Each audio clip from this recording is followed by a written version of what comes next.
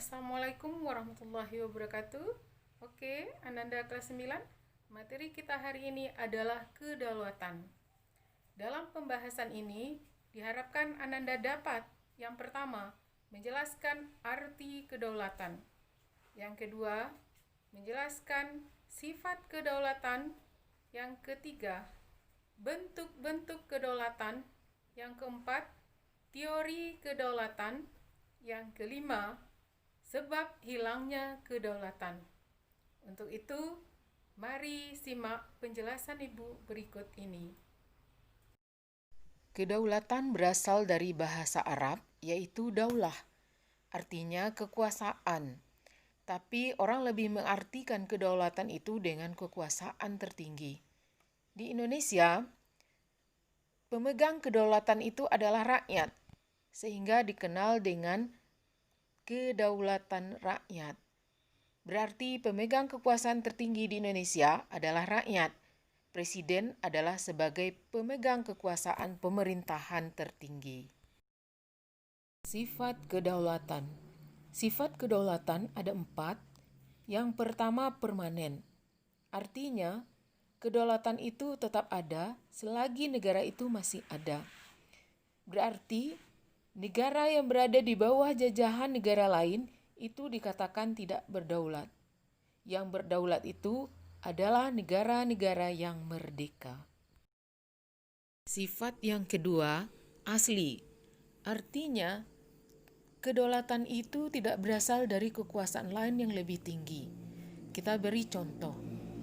Jika negara Indonesia tunduk pada pemerintahan Belanda, berarti ada kekuasaan lain yang lebih tinggi, yaitu pemerintah Belanda. Maka Indonesia dikatakan tidak berdaulat. Yang ketiga, bulat atau utuh. Artinya, kedaulatan itu tidak dapat dibagi-bagi.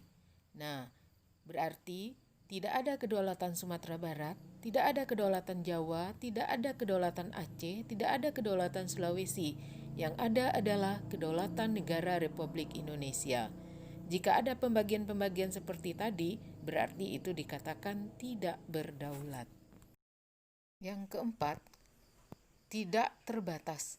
Artinya, tidak ada kekuasaan lain yang membatasinya. Setiap peraturan yang berlaku di negara kita adalah produk Indonesia.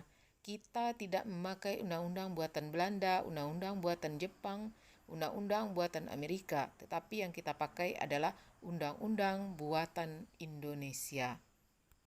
Jenis atau bentuk kedaulatan. Kedaulatan ke dalam adalah segala kegiatan yang dilakukan oleh negara menyangkut dengan urusan dalam negeri. Contoh gambar berikut.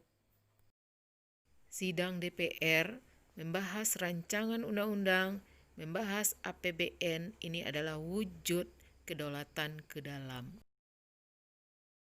Contoh kedaulatan ke dalam yang lainnya, mendirikan sekolah oleh instansi pemerintah dan swasta, mencetak uang yang dilakukan oleh Bank Indonesia. Kedaulatan keluar adalah segala sesuatu yang menyangkut dengan urusan dengan negara lain dalam rangka mempertahankan keutuhan wilayah negara. Perhatikan contoh berikut ini. Kegiatan ekspor-impor barang.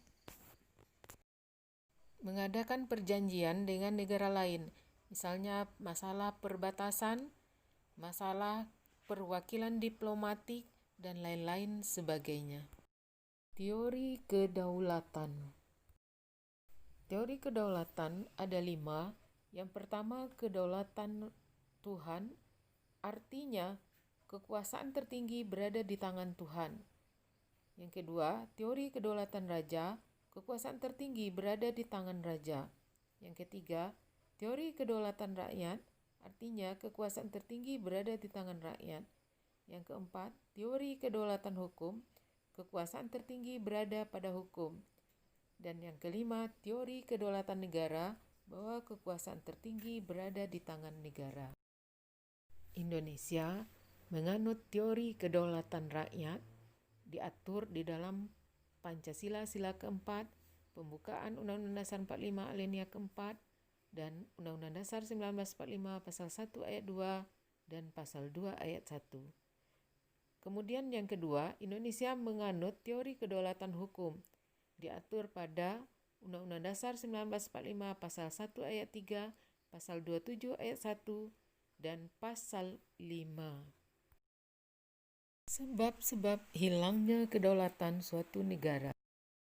Yang pertama, kalah perang. Jika terjadi perang antara dua negara, maka kalah salah satunya, akibatnya hilang kedaulatan negara yang bersangkutan. Yang kedua, melepaskan diri dari suatu negara. Kita beri contoh Timur Timur yang sekarang bernama Timur Leste. Dahulu merupakan bagian dari wilayah Indonesia, kemudian melepaskan diri melalui jajak pendapat atau dikenal dengan referendum pada tahun 1999. Contoh lainnya adalah Uzbekistan, Kazakhstan, Armenia yang melepaskan diri dari Soviet Rusia. Yang ketiga, meleburkan diri atau bergabung dengan negara lain. Kita beri contoh negara Republik Jerman. Itu adalah gabungan dari negara Jerman Barat dengan Jerman Timur. Pada tahun 1990, meruntuhkan tembok Berlin dan melebur membentuk negara baru yang bernama Republik Jerman. Oke, demikianlah materi kita hari ini. Mari kita ambil kesimpulannya bahwa kedaulatan itu berarti kekuasaan tertinggi.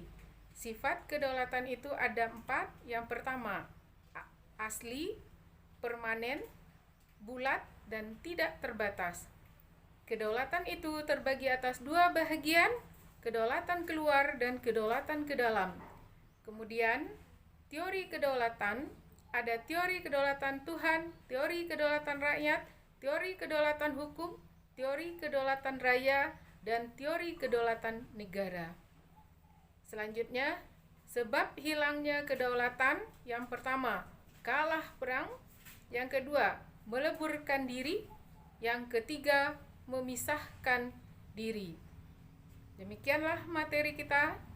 Mudah-mudahan ada manfaatnya bagi kita semua. Mari kita tutup dengan bacakan Alhamdulillahirabbil alamin. Assalamualaikum warahmatullahi wabarakatuh.